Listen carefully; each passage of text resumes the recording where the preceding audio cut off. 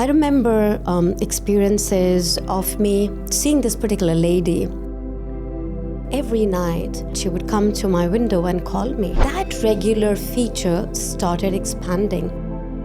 They can actually understand who can see them. What are we actually talking about here? I am different, but not in a nice way different. I used to spend a lot of time talking to a line of dolls when I realized that my experiences are not necessarily shared by others. Do you know what they wanted from you? Do they want to talk to you? Do they want something from you? My son, it was around the same age that I started having experiences of beings. He started having them too. It's hard to say, but I am a victim of sexual abuse from the uncle and the houseboy. मैं क्यों ऐसा पैदा हो? मैंने suicide कर लिया. I was alone with the guy in an apartment. He entered. I've been raped. Welcome to Unfiltered.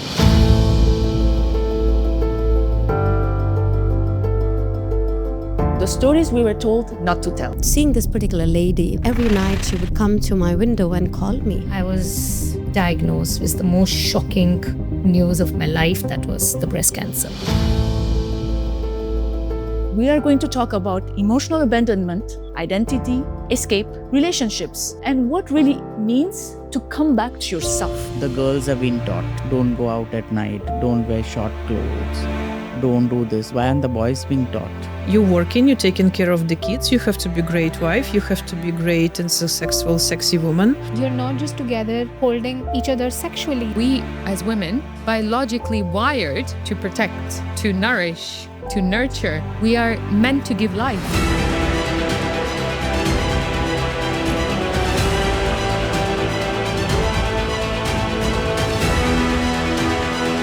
Cancer didn't shake you. You shook cancer. ऊपर वाला जैसा किया वैसे उसमें मैं बहुत ज़्यादा खुश हूँ. I think that respect for myself would have also brought me higher self-esteem. आज मैंने अपने ऊपर 8 महीने इन्वेस्ट किए हैं और मैं आपके साथ यहाँ पे बैठी हूँ. तो सोचो मैंने 8 साल अपने ऊपर इन्वेस्ट किए होते तो मैं कहाँ बैठी होती.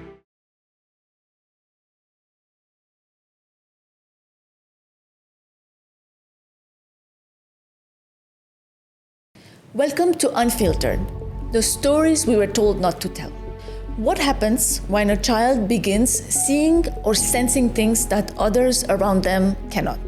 For Ruhi, those experiences began very early in her childhood.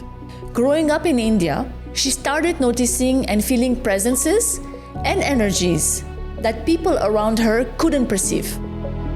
For a child, that can be confusing and frightening. Later in life, she moved to Dubai, hoping that a new environment would help her leave those experiences behind and live what many people would call a normal life. But life doesn't always allow us to leave parts of ourselves behind. After going through a difficult personal chapter, the abilities that she had spent years suppressing slowly began returning. In this time, instead of running from them, Ruhi chose to explore and understand them. Today, she works with intuitive and energy-based practices, helping people understand emotional but also physical imbalances through body organ system and deeper energetic awareness. And in this conversation, we talked about growing up with abilities that others don't understand, the fear of being labeled or misunderstood, and what happens when someone finally decides to embrace the parts of themselves they once tried to hide. So today on Unfiltered, let's welcome Ruhi.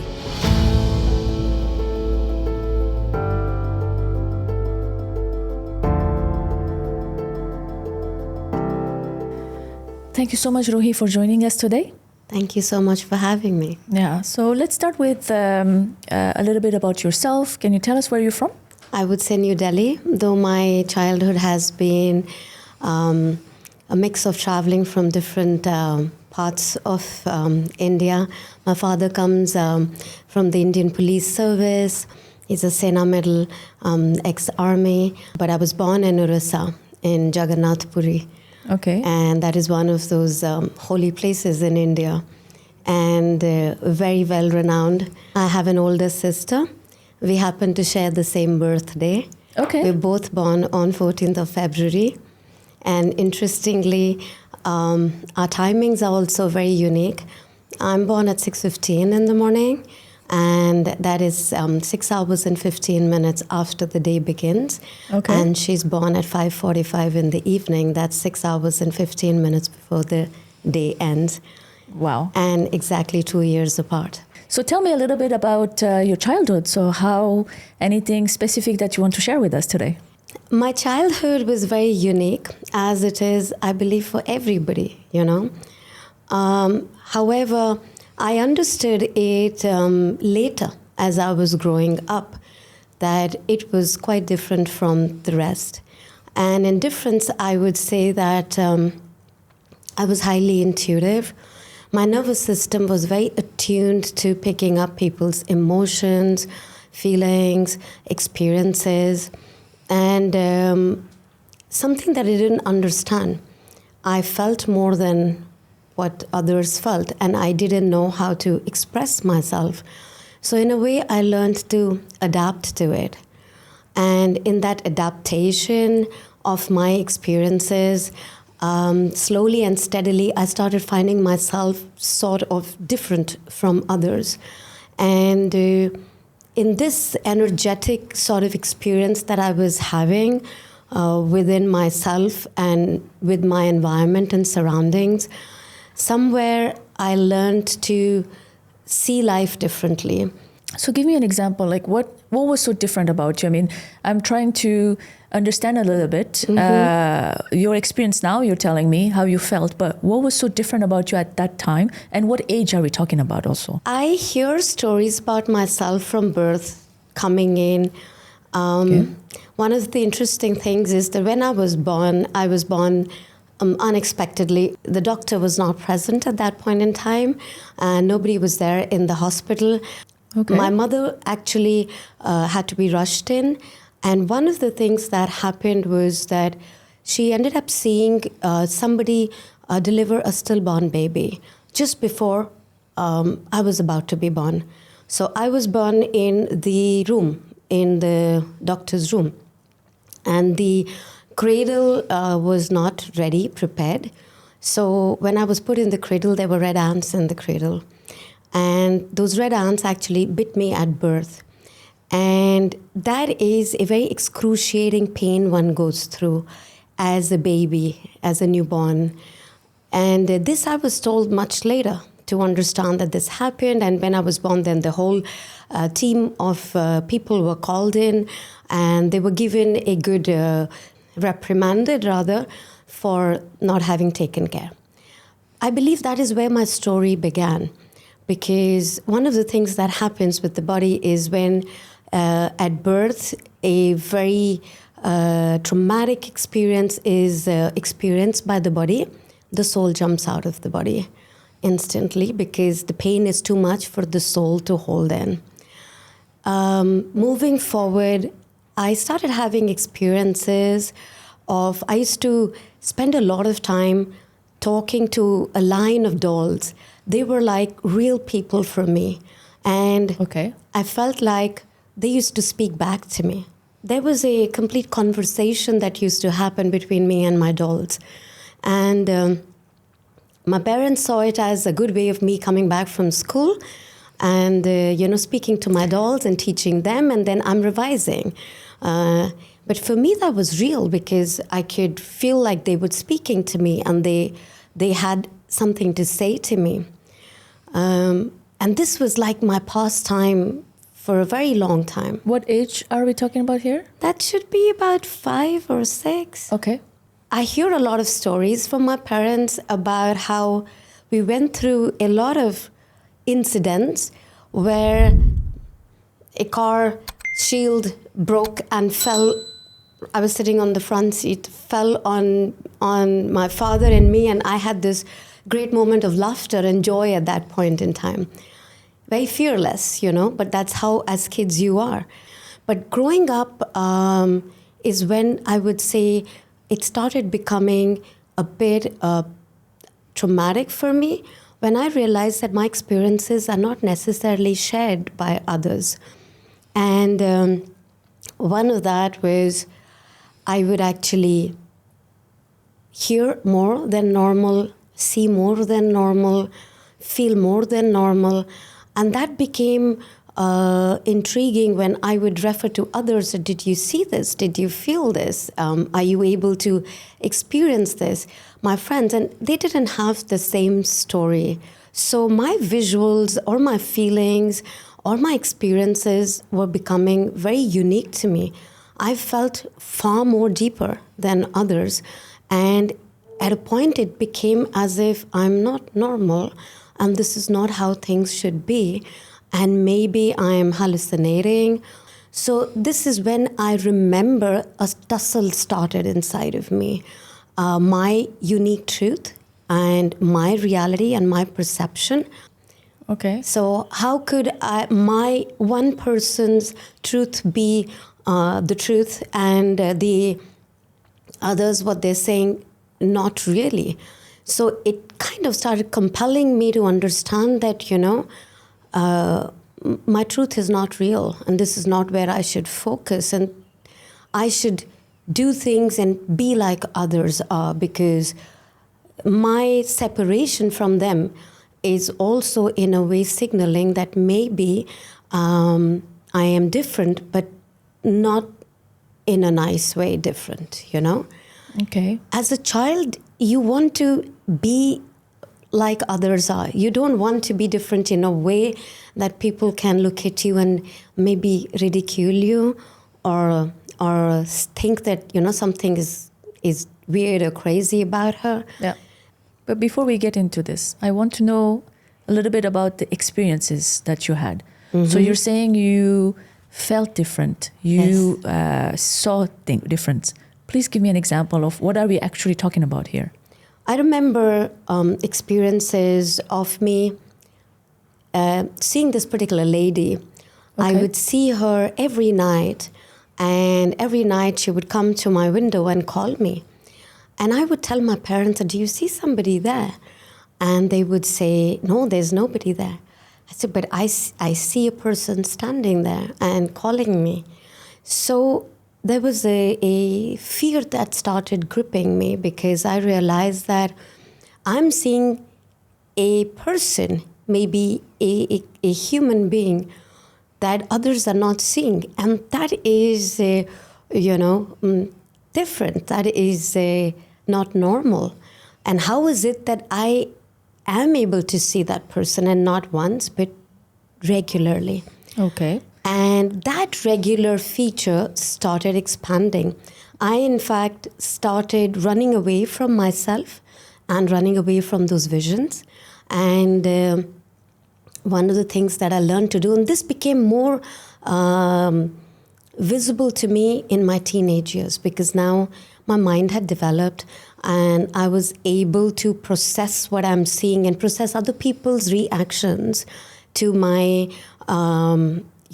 expression.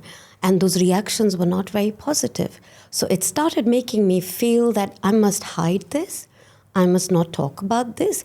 I must run away from this. I must escape this, because this is putting me in a limelight where this is not giving me a positive feedback, but something which is somewhat unreal. So how do I match this in the real world? And I don't want to be the odd one out, or the black sheep, in the family, or the odd one out in my friend's circle. So I must escape it. So I used to fear the night taking over, because as night would come, evening would descend, these particular visions would become very realistic for me. So this is you would see this more at night then? Yes. Okay. So I actually started going out maybe to the clubs at night with my friends and escape my night routine, and not sleep much at night, as a coping mechanism to not be able to see. And I would like to put myself and engage myself in a very busy night and be with my friends, and where my mind is occupied elsewhere, and I am not left by myself to see things or experience life as I was experiencing. I struggled in my solitude, but in company I was very happy because I was like everybody else. You're distracted also. Yes, distracted and like everyone else, and not having to experience this experience that would time and again come to me. Yeah. And then when it would be dawn, I would want to go back home then. So pretty much my teenage years went in a sort of a polarity. I was a very bright student, a scholarship holder in my school. So I really used to study hard. I enjoyed school.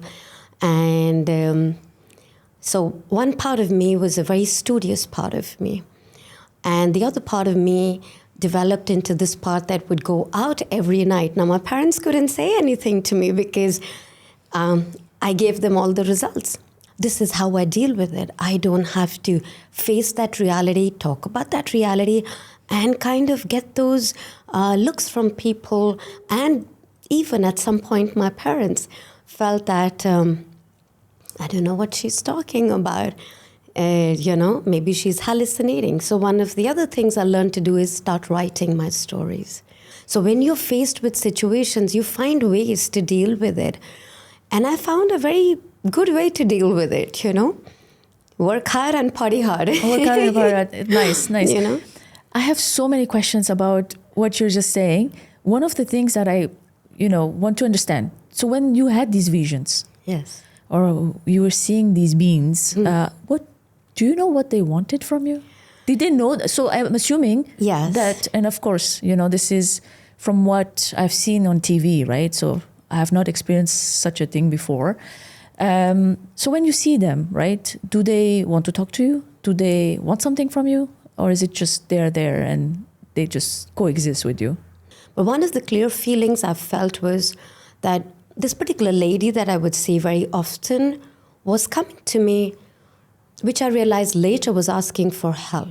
My understanding was that she wants something from me because I am in fear, and I can see she wants help. This was a much later realization as I grew up that they can actually understand who can see them, and they come to you for help because they want to be sent back to their origin, the source where they've come, and they are actually locked in the third and fourth realm.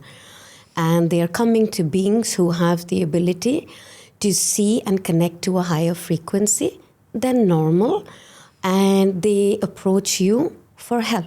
And I could actually dwell into that and see what they were seeking and help them. And this is where I say a little bit that I didn't get that guidance. And it's again normal because for a family, for parents who are, dealing with already 2 other siblings and life going on, that when a child is talking about something like this, it is sort of, in a way negated, not in a way to put the child down, but more so because they themselves are unaware of this reality. So it was very much put into imagination. Okay, so what did you then do?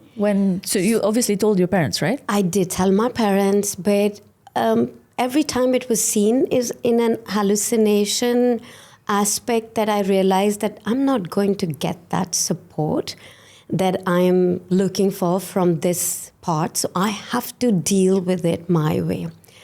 And this is where I do have an advice that I would today want to share with parents who have children who seem unique or different, that do not suppress them and in fact allow them to express.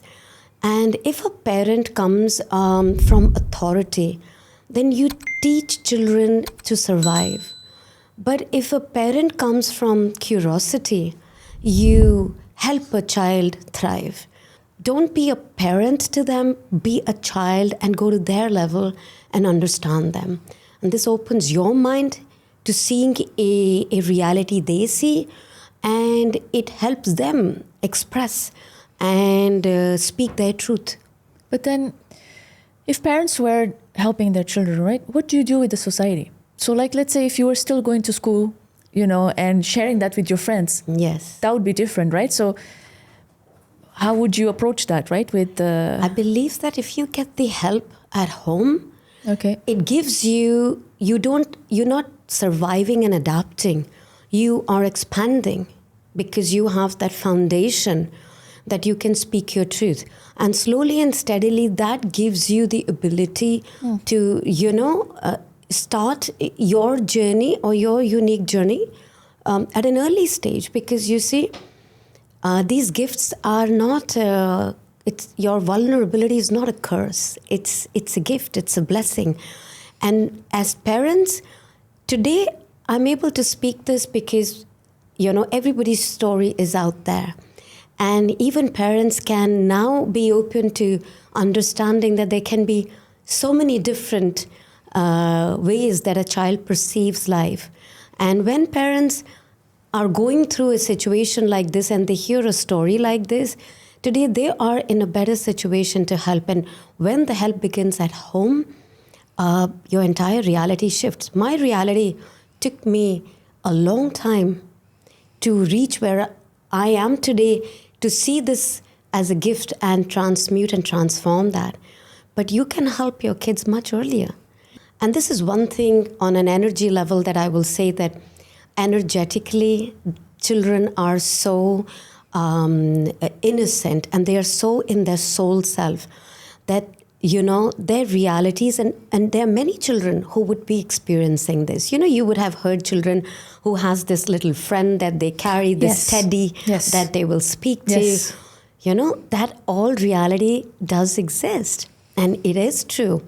And instead of taking away that teddy from the child and telling the child that, oh my God, your imagination is making you ungrounded and you're not, connecting to your reality, you actually bridge that gap, and show them that this is reality and your reality also is true. And how can you learn to put both together without discouraging one from the other?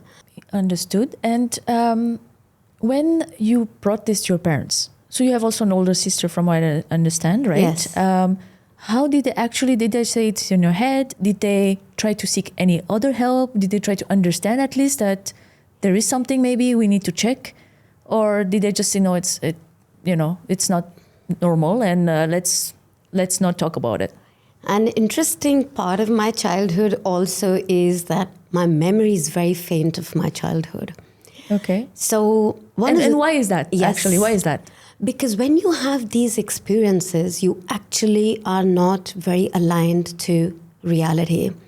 So I spent a lot of time in these experiences. So when this happens and you are unable to ground yourself, your imagination really becomes your reality. You get me? So as a child, okay, I was pretty much not functional in the real world to see what was happening, except for my studies and what I'm expected to do.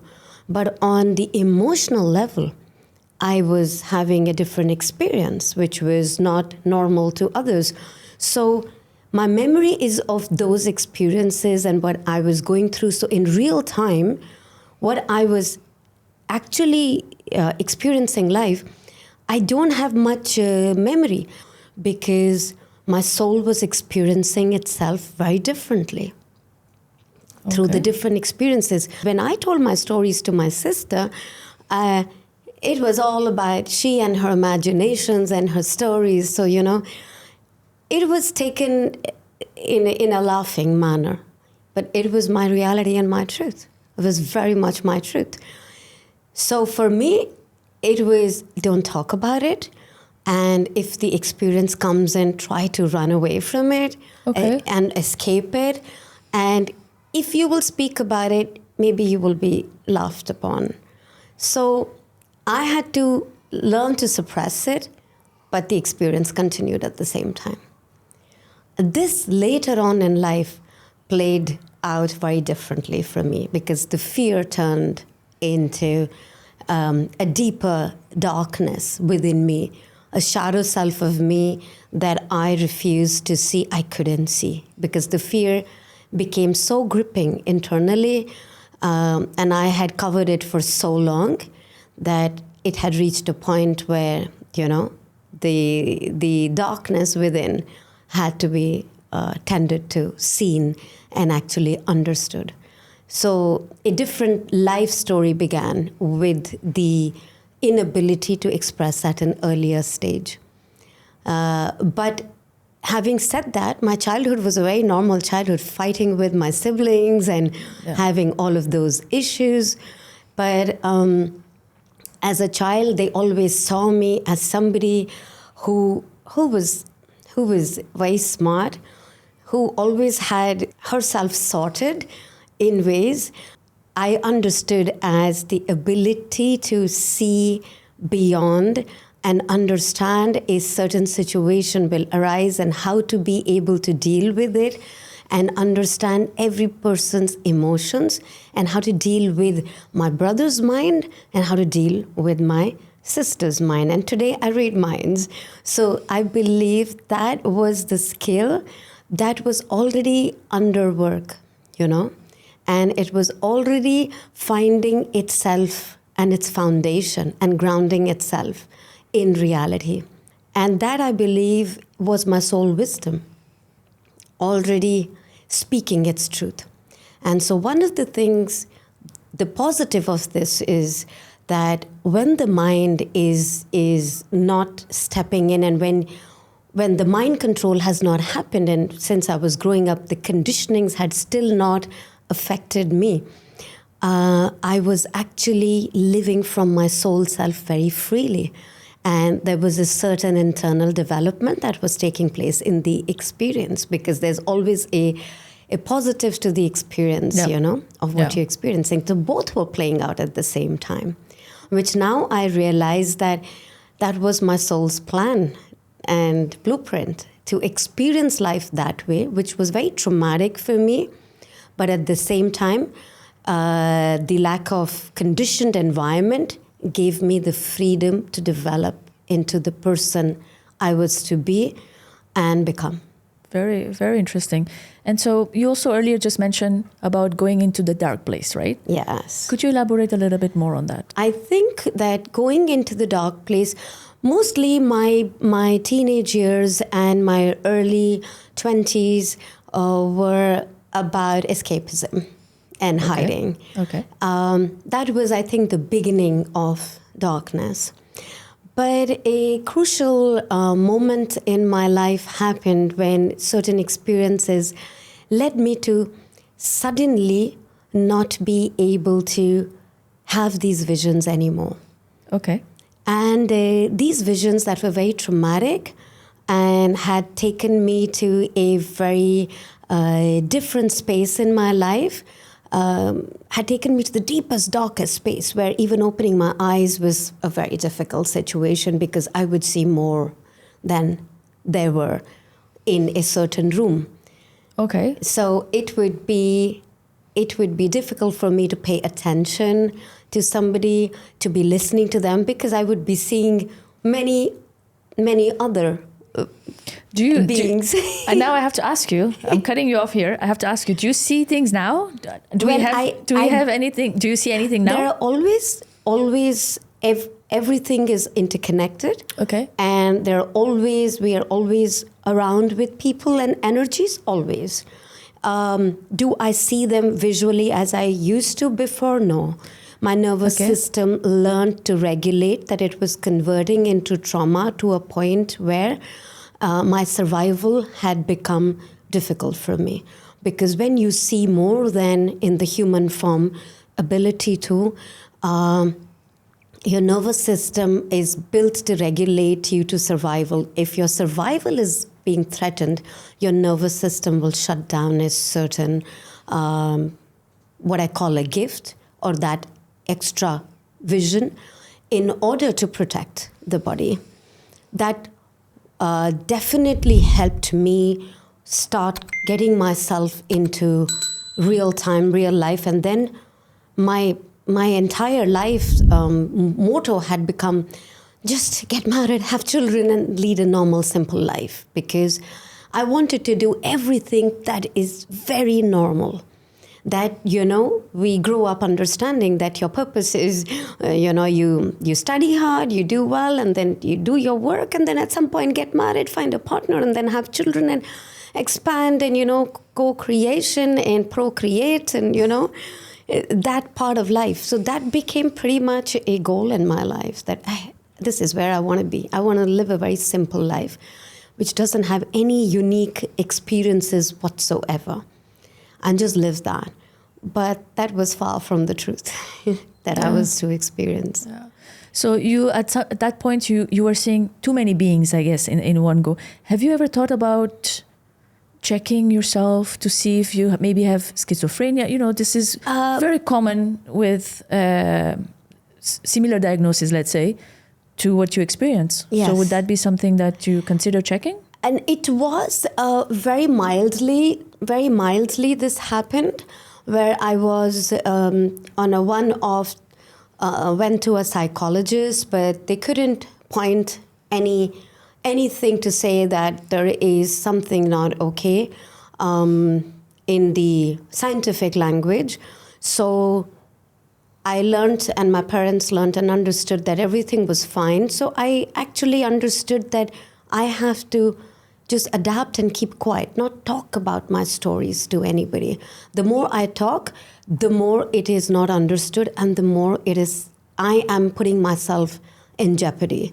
So to not speak, So when you don't speak, then you want to do everything that takes you back to a normal life, And that's what my main aim and attention was on, to live normally and to allow myself to be completely in a state of being where none of my unique gifts, so to say, even remotely try to show itself out. But in doing so, a part of me started completely stop believing in myself. So that was the other part of what I call the darkness. What is the darkness? Is when you give up on your own power, when you stop trusting your own intuition, and when you stop believing in yourself. That was the darkest moment when I gave my power away. I believed that anybody and everybody knew better than me. So to not trust my judgment, to not trust my intuition, to not believe in myself, and to not give myself the permission to speak to myself or to speak my truth, and totally give up on my power. And I did that. And I lived that life. That's where I am today, in that experience of life, Okay. Of finding myself. I had to completely lose myself to find myself. That's very interesting. So tell me more about that. So once that switch happened, you did not see beings anymore. No, I didn't see beings anymore. Okay. And I felt at peace. Yeah. I felt so happy. I felt so normal. And I devoted my life to my family, to my children, and leading my family life and travel. And so that moment of life was very good. And I also believed always in bringing up my children by myself. So I never had any nannies or any house help.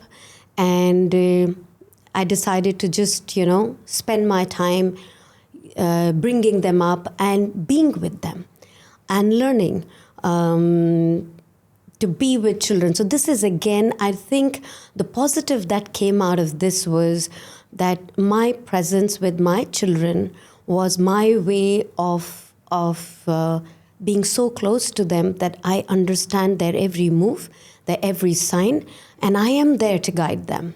So in this situation, when my childhood turned out to be in this particular segment, in every other form, I've had a very, very good childhood, like a very safe, secure childhood in the real time and real world, traveling. I've changed so many schools whilst growing up. So I became very easily adaptable to every situation. So from that point, a lot of experience was, in seeing life through movement. But it also gave me the positive of being very available for my children, very there, and especially emotionally available. I felt that emotional regulation with the children is very important. And I also understood that if I have these gifts, somewhere they might have these too. So by which time it became an understanding that I have to be so available that I direct them. But it is when I was pregnant with my daughter, and she was again unexpected. Both my kids are like miracle babies. Okay. How old were you when you were pregnant? My son, I was about 30. And that's your first child? First child. And then 37 with my daughter. So they have a 7.5-year gap. Very nice. And unexpected, my second child, my daughter. And even my son is pretty much an unexpected child. I was miscarrying and carrying at the same time. Okay. And it reached a point where I was bleeding heavily, and it was a very difficult pregnancy. And in miscarrying, I'm also carrying another baby. So the bleeding went so deep, and I was so unwell that they thought that they would have to take permission and legally abort because I was losing so much blood. Which is not allowed here. Which was not allowed at that point in time. But actually what ended up happening is that finally when I decided that I can't take it anymore, I'm ready to go for the abortion, there was a heartbeat. And they said this is a miracle because, I continuously was for nearly a month bleeding. And so his coming in was a part of me setting me into that foundation of actually understanding, putting me in a space where I had completed my journey of procreation and standing in that path and ready to give back. So his coming in had helped me start my own, complete my story, the motherhood and that part that I wanted to live.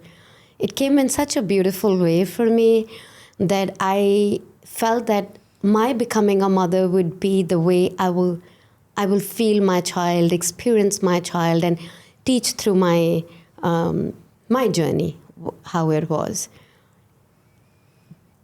So my intuition started returning back to me after childbirth that I had deliberately suppressed. And when that started coming back to me, slowly and steadily, it came in a good way. When your child falls ill and you intuitively know what to do, now you start trusting your intuition again and start believing in it that, listen, I have to open my intuition because it's helping me take care of my son.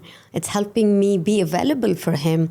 Your child has high fever, and many a times this would happen with my son somehow, that he would go on high fever and the doctors would give medicines, and I'm sitting at night with him in my lap, and his fever would really shoot up.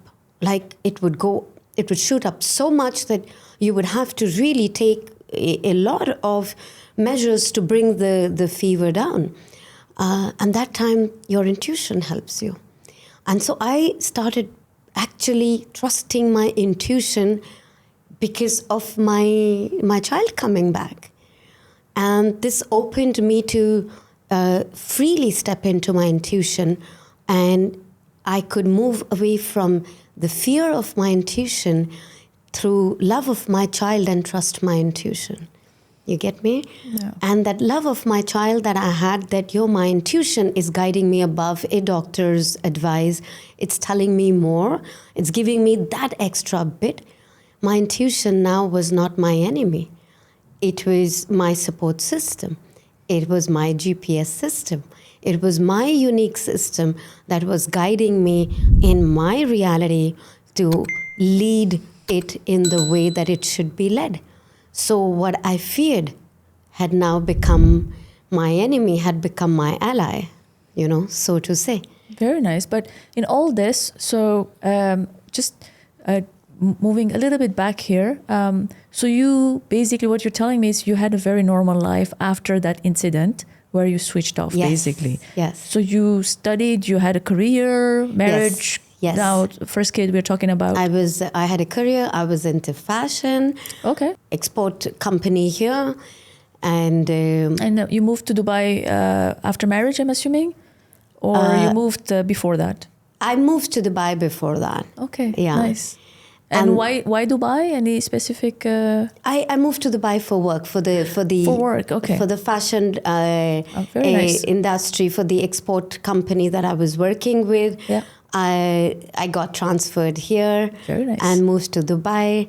And then I always somehow felt like I had to be out of India. So that was like sort of an intuition you had to. Yes, in the sense that through my first marriage, I moved to Dubai. And then the first marriage culminated itself here. And then I stayed alone for 2 years. And then I got married. And this is my second marriage through which I had my children. So the period of being by myself, having my working, my own place to stay, that independence that I experienced. And at this point in time, I still was seeing the beings when I came in, everything. It is only when I entered into my second marriage that it stopped. Why was that? One of the turning points in my life, I would say, is in Dubai. Now, Dubai, I believe, has very transformative energy. Yeah. And one of the experiences I had was of interacting with some people. And in that interaction of energy, because I was so willingly ready to give my power away for the fact that I had completely dipped into fear of the beings that I could see, that all I wanted was that somehow they be taken away. It had taken me to a complete level of, deeply going into fear to a point where I was not even expressing or living life joyfully anymore.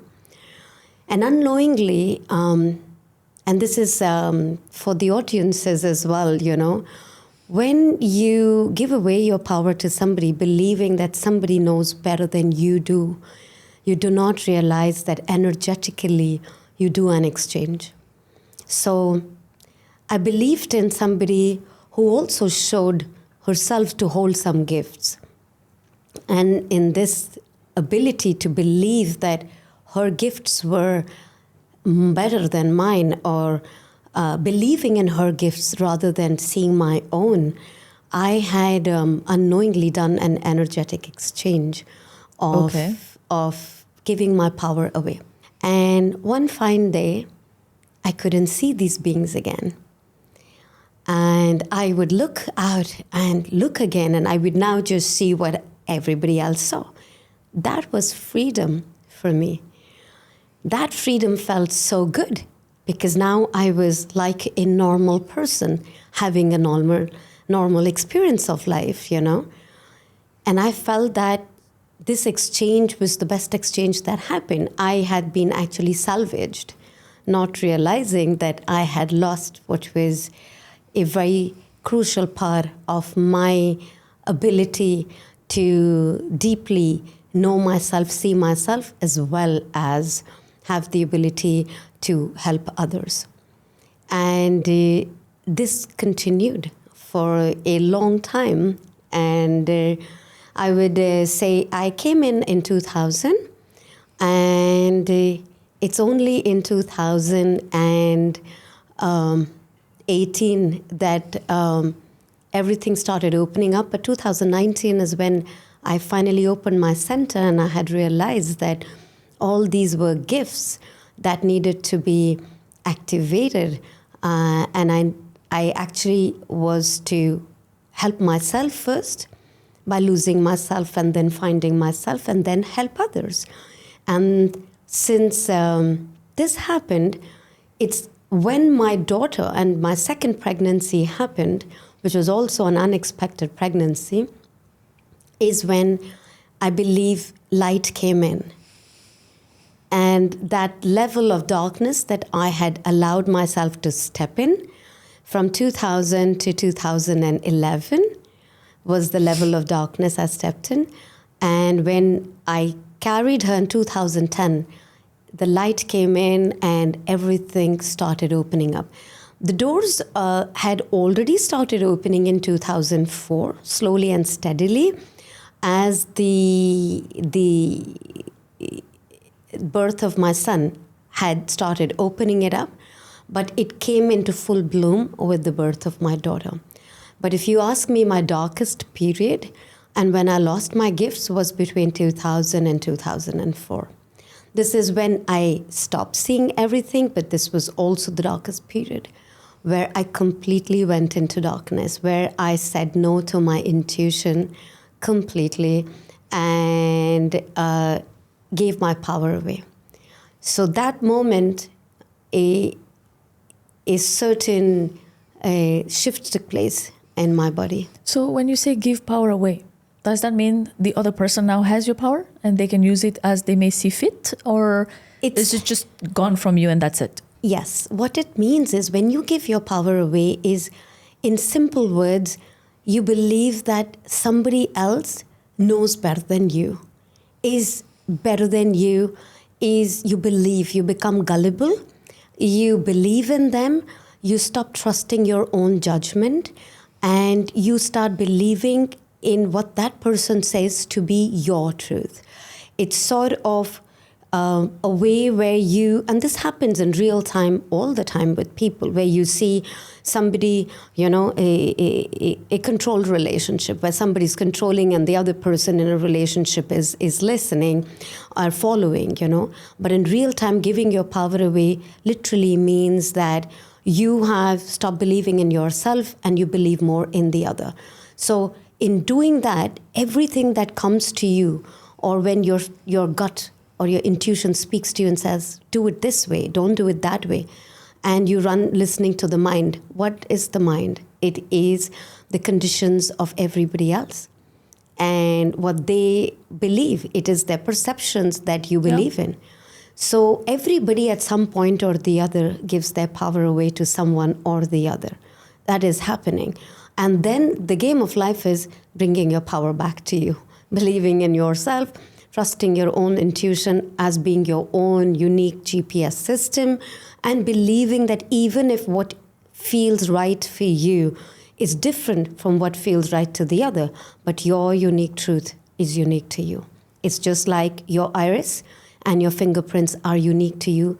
Your truth is unique to you, and to hold on to that. So when we don't hold on to our unique truth as your story, you are somewhere unknowingly giving your power away to people, to conditions, to the environment, to the society, and living less than yourself. In my case, I was very willingly wanting to give the power away. I wanted it to be taken away. It was sort of a silent command, and the universe runs on command. When you command something with the deepest intention, it must be fulfilled. This is how the universe works. So my command was this be taken away. And then a person is presented to take it away from you.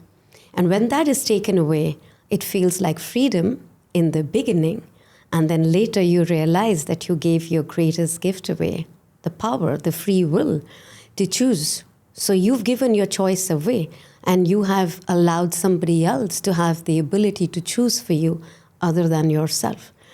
And that can never, ever work in your favor. because your upbringing and your reality, your truth will always be unique to you. You can take suggestions, but to believe that someone knows more than you is honestly choosing to live less than yourself. Because when you choose to choose, you've made a choice. But when you choose not to choose, you've also made a choice to live exactly where you are and to not be available for yourself. So I deliberately chose to give my power away, which I realize now. And then the journey was to bring it back. Okay, and were you successful? I am successful today in bringing it back. And that is what my story led to, in understanding that where I stand today is I actually teach people how to understand and listen to their body. What I do is body system healing and speaking to your organs. Okay. And understanding that your cells are always active. They're always speaking to you. Your body is always speaking to you. Your trillion cells in your body never lie. Suppose I meet you today and you meet me and suddenly you have a good feeling. It feels like your vibration and my vibration met. Now, at a point you meet somebody and suddenly you feel, you know what, I don't like this person. I don't know, I don't feel good. And then you say, hey, no, why should I not like this person? Yeah. That's not nice to say like this about a person. And suddenly what do? You shut your body, the trillion cells, and you listen to your mind. And you let the mind dictate. So what has happened? The body is all of vibration frequency. That's who we are. So your body instantly picks up before your mind, and your body will instantly tell you the truth. What should be the situation at that point in time? Ideally, you should excuse yourself. You should move away from that vibration. You should energetically cleanse yourself and then see, do you necessarily have to be in that situation? If so, energetically cleanse. Be in a protective energy where you do not take in another person's vibration. Give a command to the universe that I stand in my energy and I do not take in anybody's energy. Then go back into that environment. Otherwise, and better, is to move away from that environment and immediately excuse yourself, because your body has immediately told you this vibration doesn't meet. And if you stay in a vibration that doesn't meet yours, you will go down. And this is when you come back feeling very tired, fatigued, headache, not feeling the best. And you don't know what happened. You didn't eat anything, you didn't drink anything, but you don't feel good. And you slept enough. Well, you picked up energy from the other person. Very interesting. So this is how body always speaks the truth. And when you start aligning to your body, and over time, my intuition that got very attuned to itself, and my nervous system started regulating itself to love and to the vibration of faith, because trust is an inherent aspect of our life. And that trust is always there. You only forget it momentarily. And when you forget that trust, you stop believing in yourself. You stop believing in the body and its truth. And that keeps you very mind-centered. And being in the mind is being in the matrix, which clearly means that how I put this is very simply, you have a soul, you have a body, and you have a mind. The soul is the CEO. The body is the company, and the mind is the peon, I would say the implementer. Okay. And this is how it works, the soul, body, and mind. When the soul leads, the body is the vehicle of the soul, and the mind implements. This is alignment. But when the mind takes over and it kicks the soul out, the company goes into chaos. This is when the body is in chaos. So when the mind takes over and it becomes the decision maker, which it is not equipped to do. It's like saying the peon runs the company now. Where is the company going to go? To shambles, because it is not ready.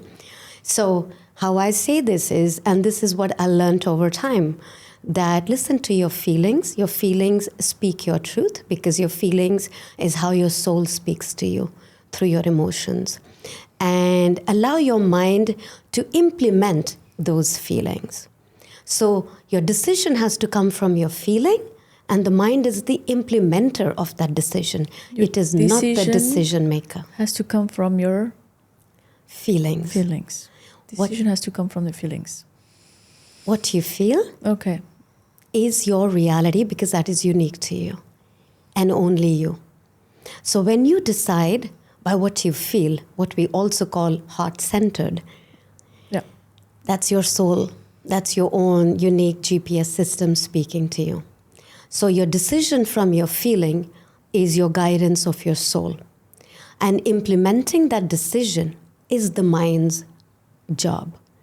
And when we don't listen to our feelings and we don't embrace all of our emotions, we reach a level where we stop speaking our truth to ourselves. And then we let the mind speak its language. And the mind is all of fear. So this is where the whole system goes haywire. And we start keeping these emotions in our body. And the body remembers what the mind forgets. So that memory stays in the body. And if not addressed, that memory can become a disease or a disorder. Yeah, I've heard about it, actually. So often we say, we are very healthy, everything is good, but yet we have either diabetes, cancer, all other these diseases, right? Is this the reason why? Exactly. This is the reason.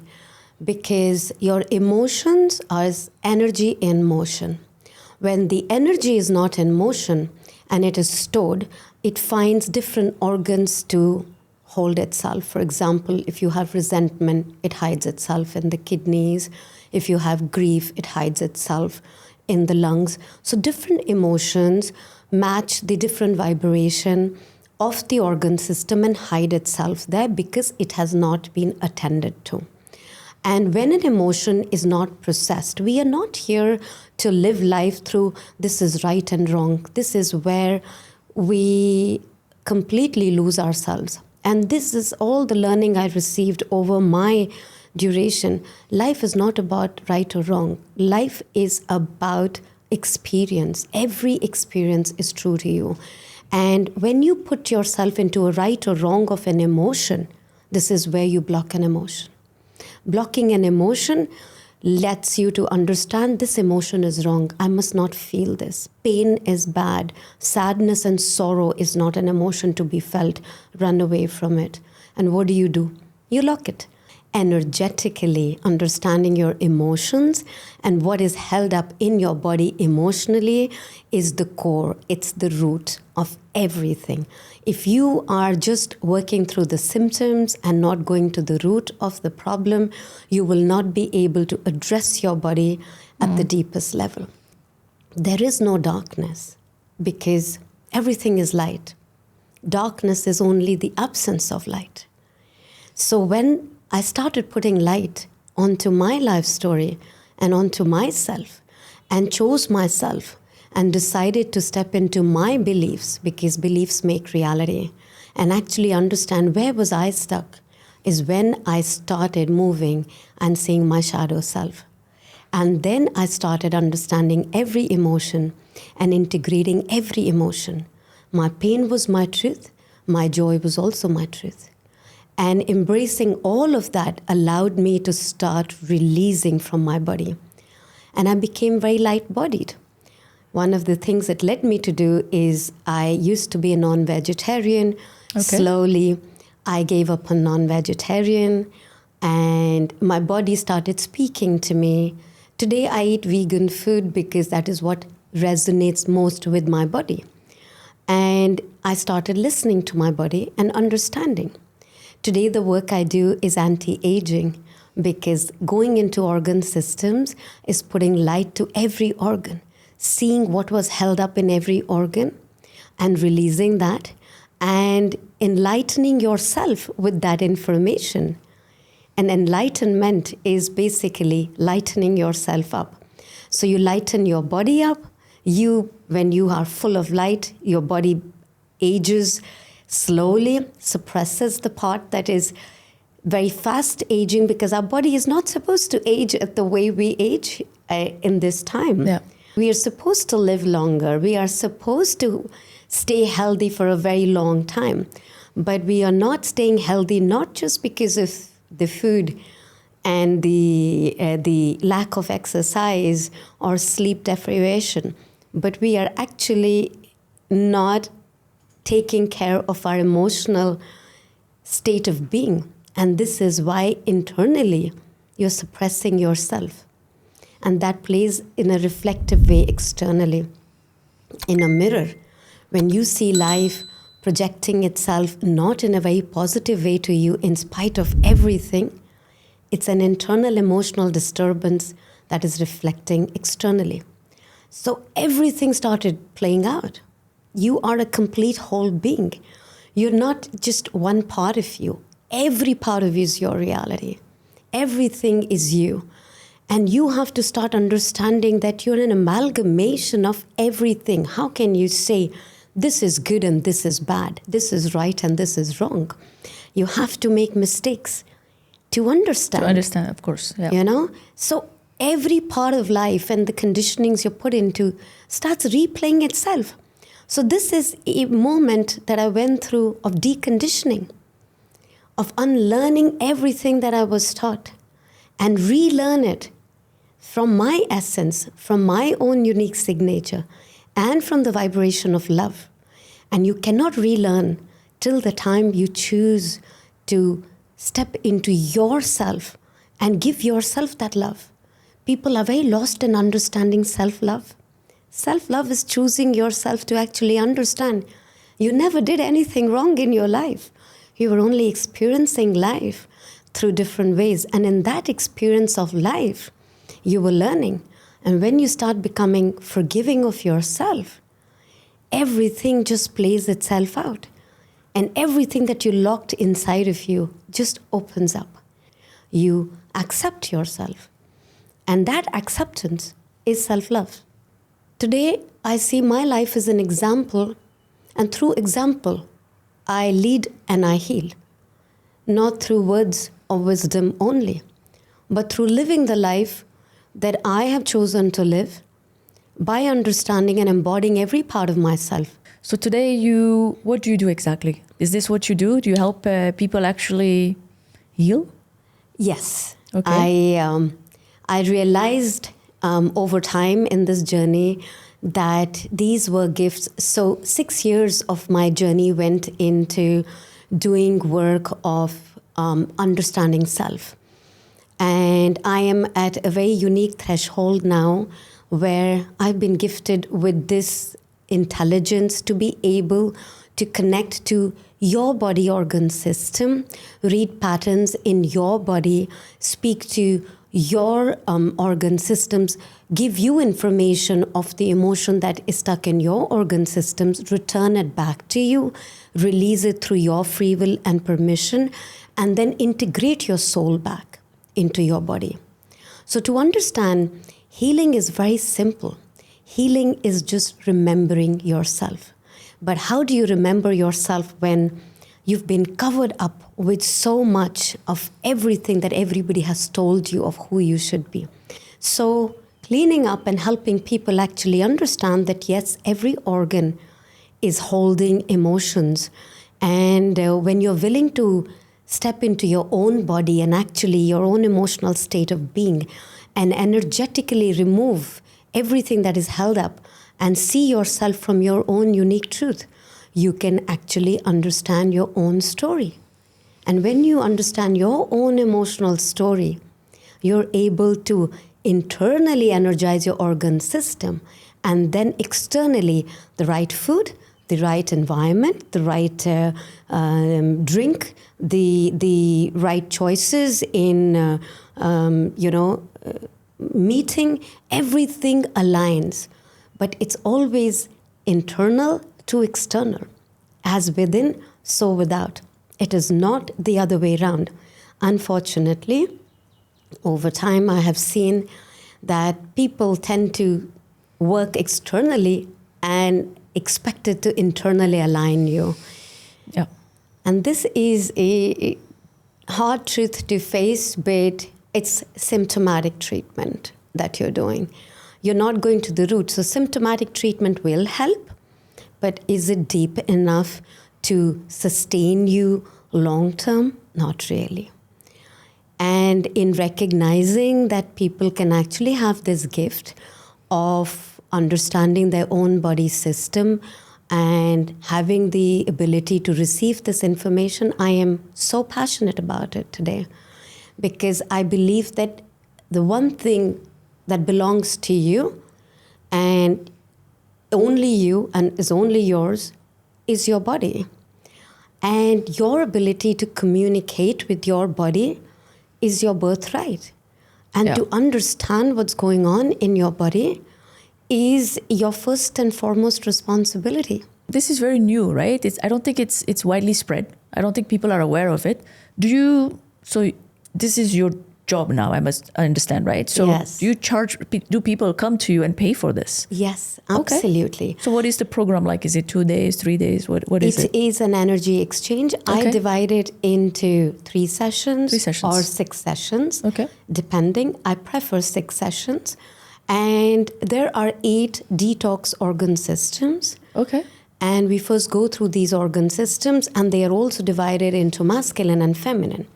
And here I'd like to say that all of life is feminine energy. The foundation of everything is the female. And in the feminine energy is where the grounding takes place. And then, as you understand, the masculine steps in after the feminine.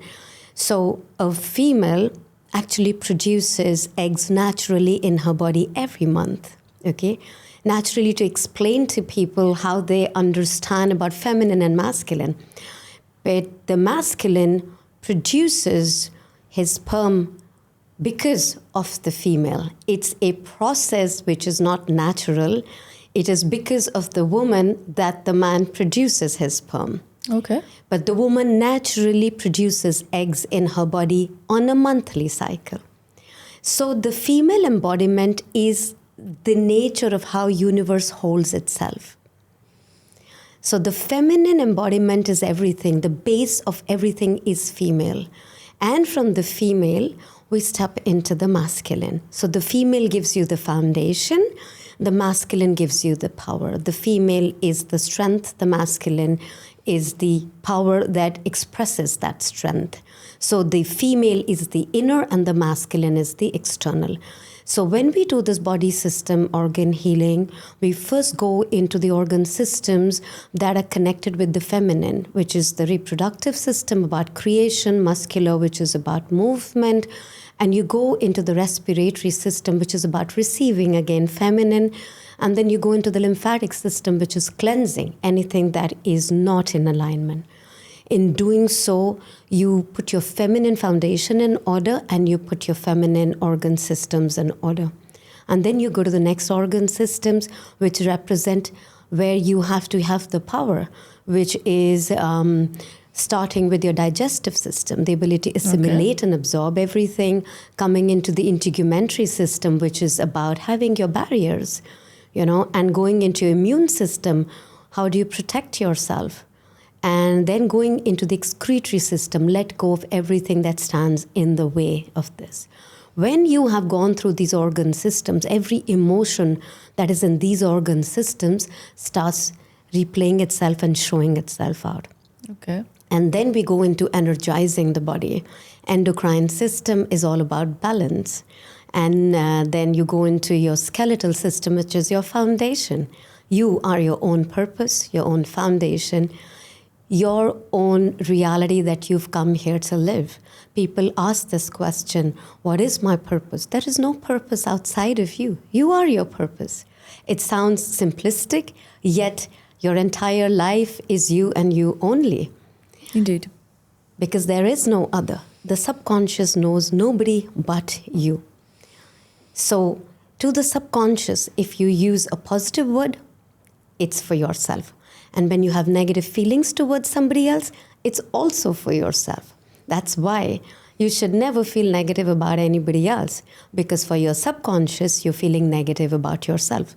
That's why this is very important when you look at yourself, to always praise yourself in the mirror. Speak highly of yourself. Yes. Because this is what the subconscious hears. You should never speak anything that is derogatory about yourself.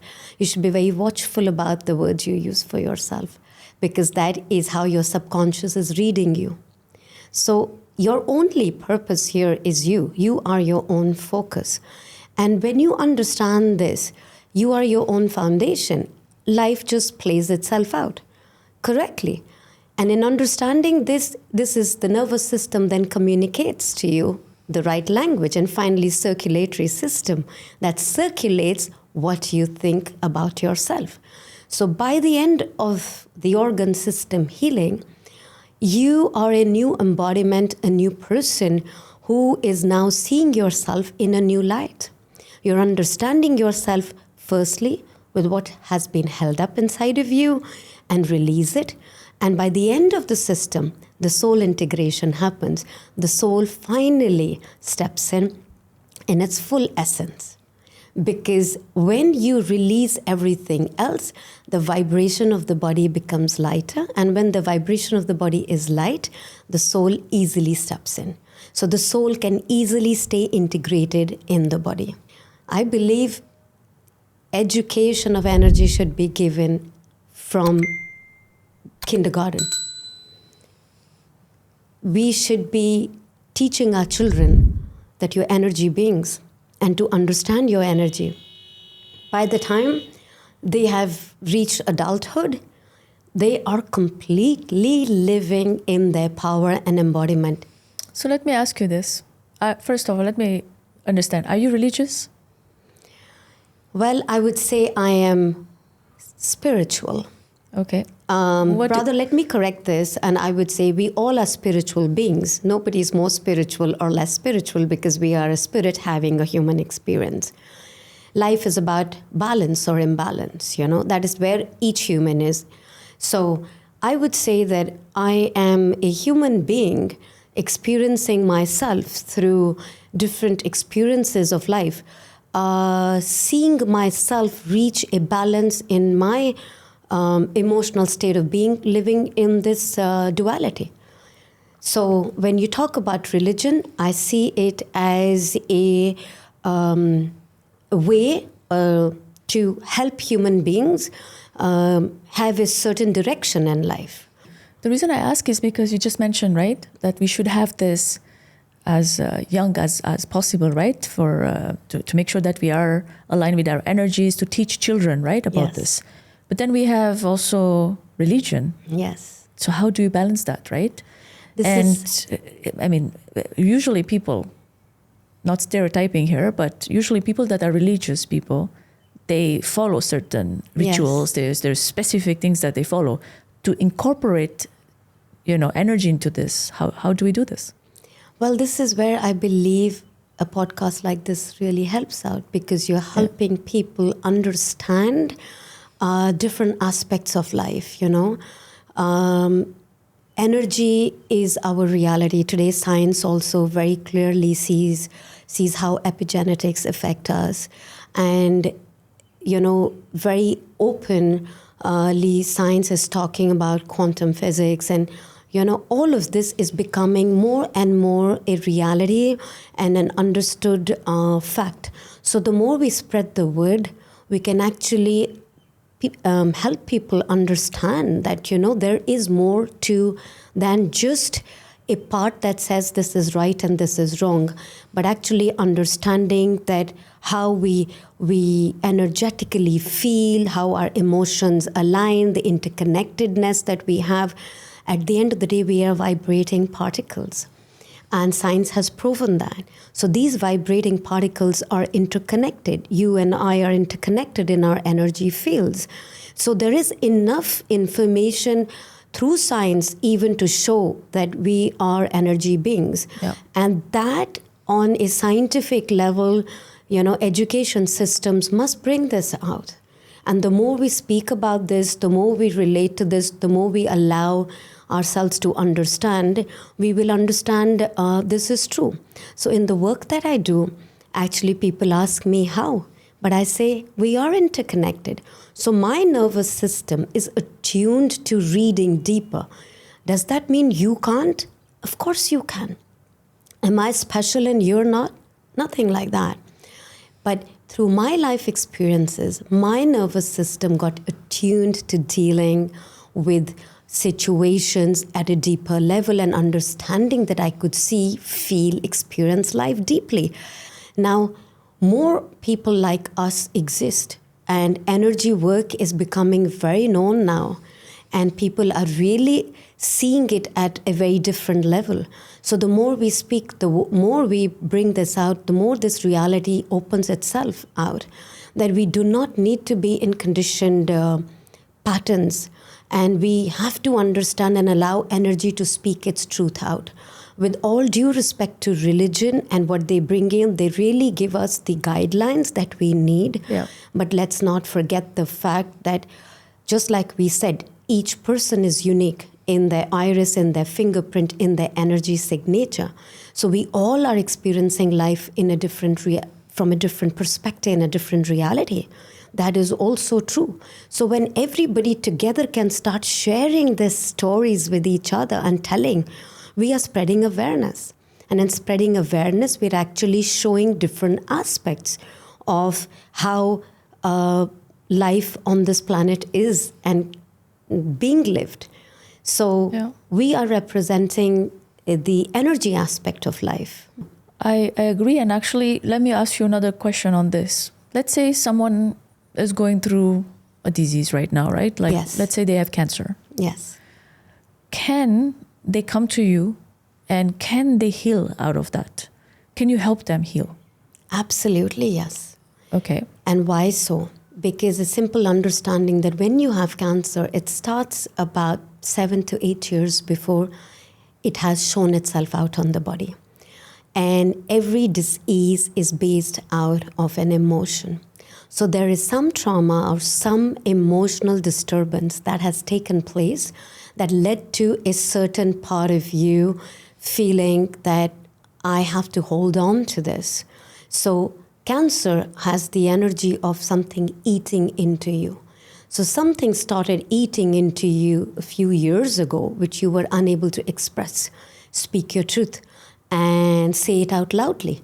So the body didn't know what to do. And of course, it's like if there is a dirty speck on this table and I do not clean it, it's going to stay there till I clean it, you know? So it stays there till it becomes bigger, and then you see it and then you realize. So when we do body organ system healing, the first thing we do is get into the emotional state. And the emotion will take you to the root cause of where is certain energy was blocked. Okay. So we can actually go to the root of the energy blockage that started the cancer. And when you go to the root and take it out, it will not come back to you because the root is moved, because the emotion that was held up has continued to become a bigger reality. So what happens in the physical, understanding a little bit about physicality, we have an energy body, we have a mental body, we have an emotional body, and we have a physical body. When does this come into the physical? It's the densest body. And this is what I always say, life is a process. A seed doesn't become a sapling and a tree in one day. It takes time. And that process is the learning. So even when you have any disease or disorder in the body, at some point your soul chose it as a way of learning and experiencing itself out. Makes sense. And I also want to go back to that one story that you mentioned earlier. So when you said to me, perhaps this gift that you have, right, is hereditary. Yeah. So do any of your children have this? Have you noticed anything? Can you share a bit on that? Yes, absolutely. I believe an interesting fact that I want to add here is that when you energetically connect to your intuition, you know, I always believe that, you know, life is not, we feel that things are happening to you when things don't work out well. Life is not happening to you. Life is always happening for you. Everything is happening for you. So I believe that the more you get comfortable, you understand there is a bigger purpose of you here, and there is a far more energy alignment around you than you're aware of. So my son had to go to Amsterdam for his university, and out of the blue, he ends up having COVID.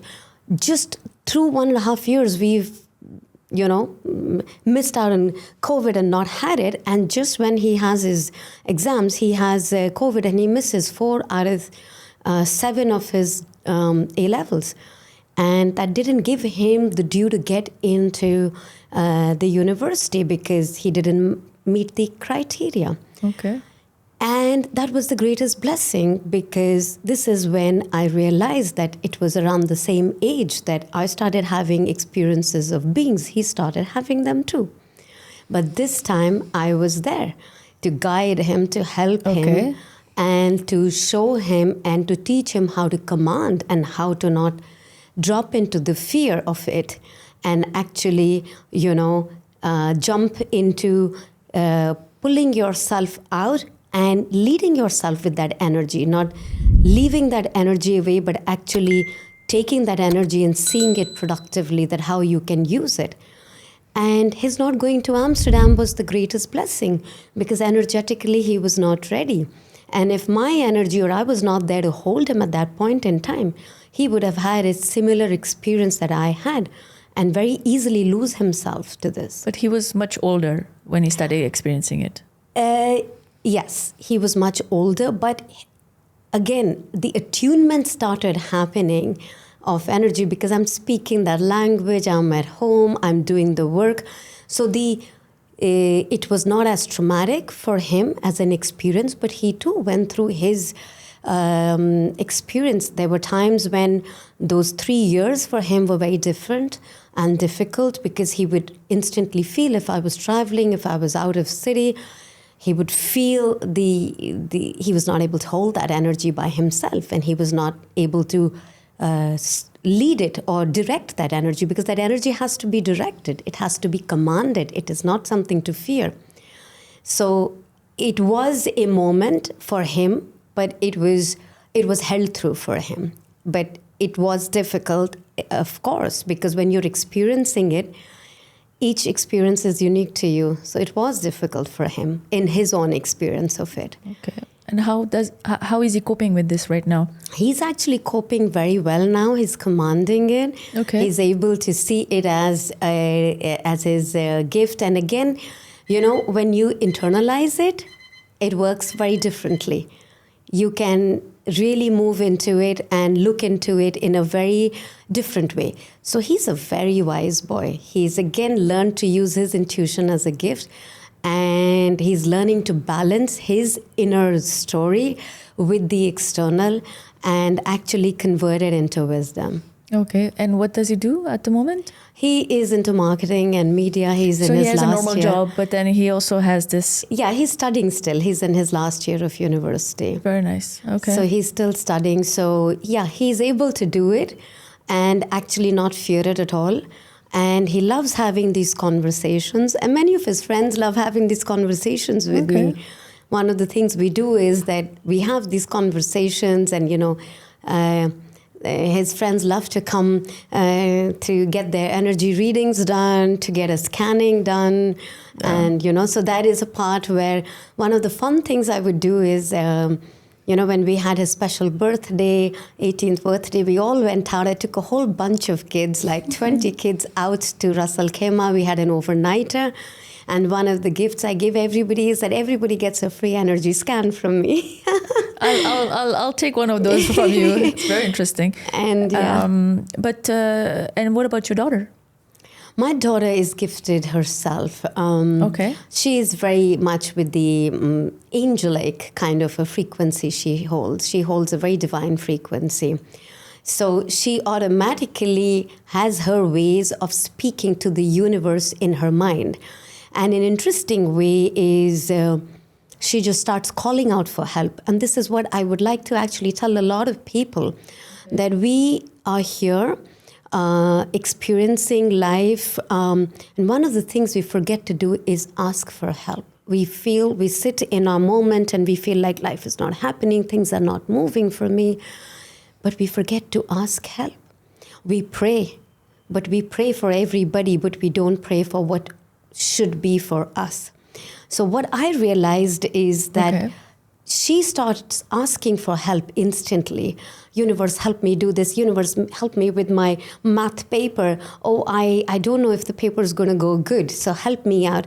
And she started speaking, Mama, I asked for help from my angels to help me, and you know what happened? Everything worked out well, and everything was very seamless. So we do have a lot of support. We have our ancestors who support us. This is ancestral prayers in every religion happens. We have the Creator supporting us. And then we believe that,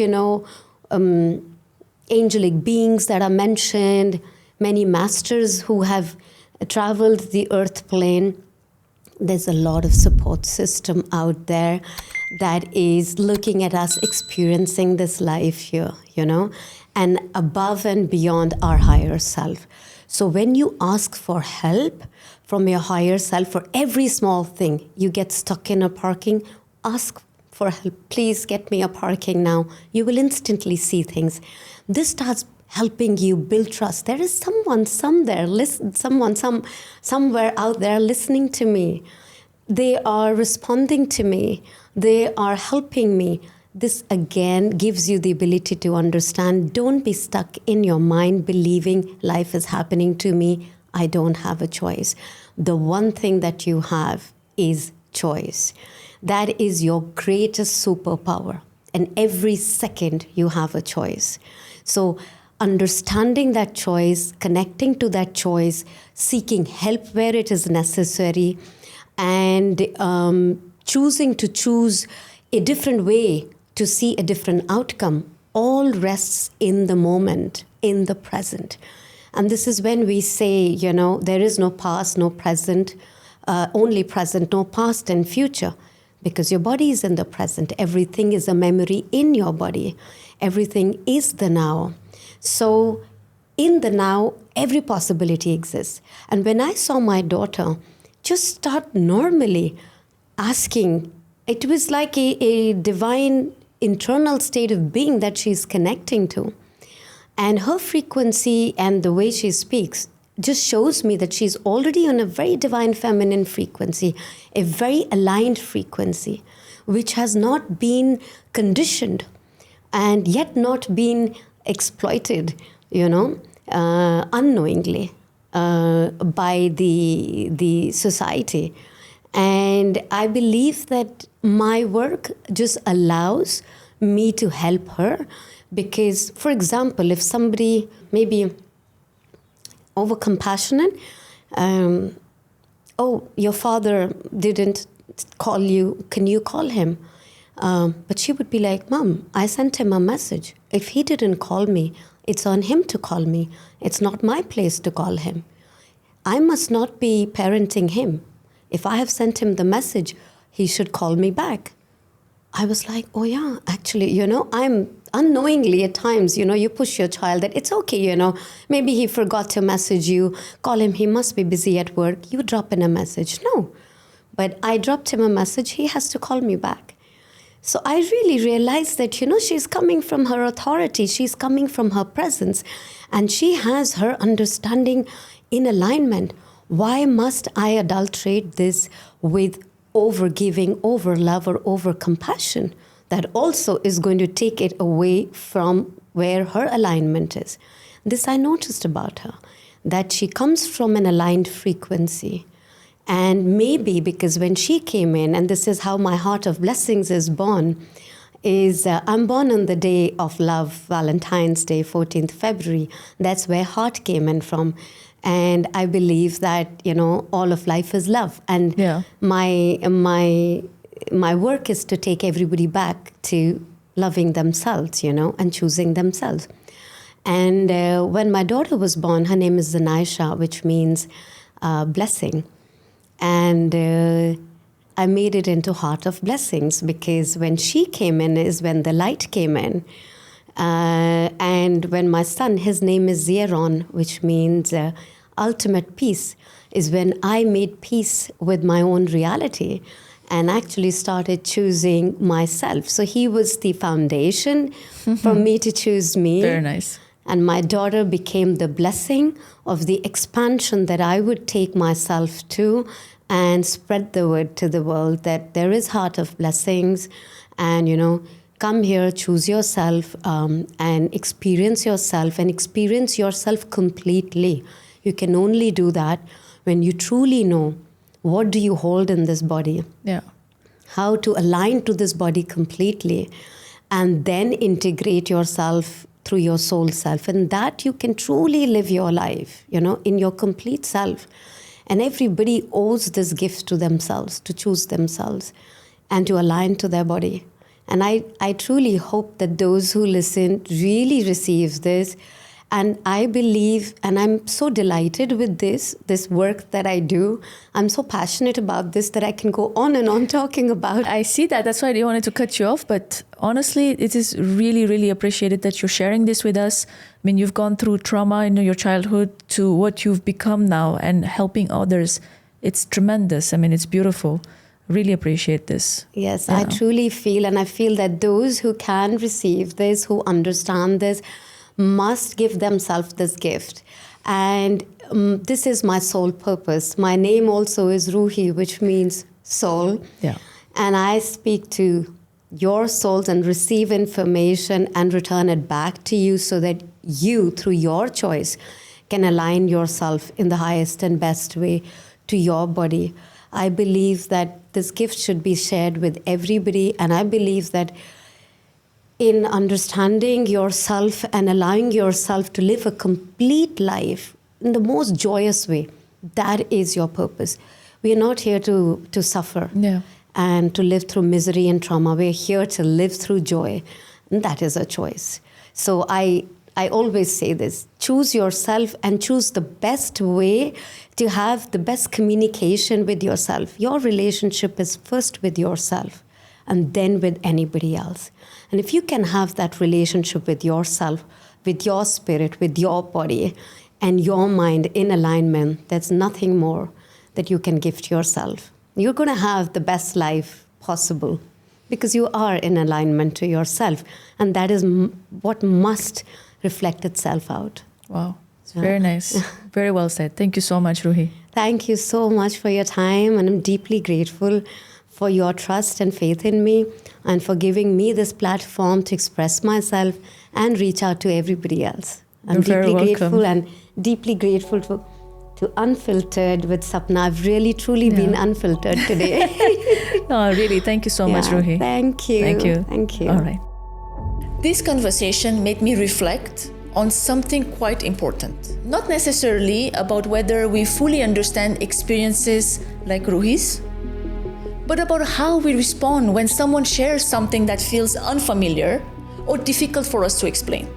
When children expresses things that we don't immediately understand, our first reaction is often fear, confusion, or dismissal. But sometimes, what they really need is patience, curiosity, and it's a safe space to talk about what they're experiencing. Ruhi's story also reminded me that people experience the world in a different way. Some experiences are easy for us to understand. However, others may never fully make sense to us, and that's okay. Not every story needs our agreement to deserve respect. Sometimes, listening with an open mind is enough, and maybe that's the biggest takeaway from our conversation like this, that the world is full of perspective and experiences different from our own. I would like to know what stayed with you from this conversation. You can share your thoughts in the comments or send me a message. And I'll see you next Wednesday with another episode of Unfiltered.